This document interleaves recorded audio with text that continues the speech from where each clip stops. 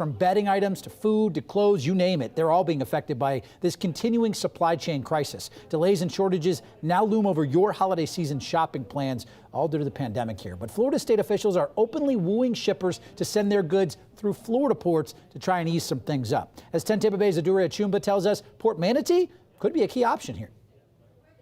If shippers start diverting their cargo to here at Port Manatee or to any of the other 14 ports in the state of Florida, this could mean avoiding delays and shortages of certain products. It could also mean easing the backlog on the West Coast, and it could bring about a boom to the local economy. Florida is ready and open to do business and to assist. Shoppers are seeing a shortage of some goods on store shelves thanks to a supply chain crisis. It's the current challenge for the shipping and logistics industry, still feeling the impact of the COVID-19 pandemic. Now, Florida Governor Ron DeSantis is urging the fully loaded ships stuck in line off the coast of California to cut through the backlog, head towards the Panama Canal, and offload at any of the state's 15 ports. We can then have the ships come in directly here, and then we can supply the Midwest and the East Coast, in any of the Florida ports.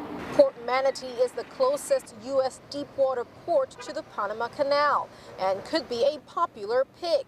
The port is already seeing some shippers start to redirect their cargo, including oil, produce, and lumber, as well as household items. The refrigerator you're looking to buy, at Home Depot that's backed up, or Lowe's that's backed up by 6 months, that's coming through here now much faster because they're sourcing it, out of Mexico.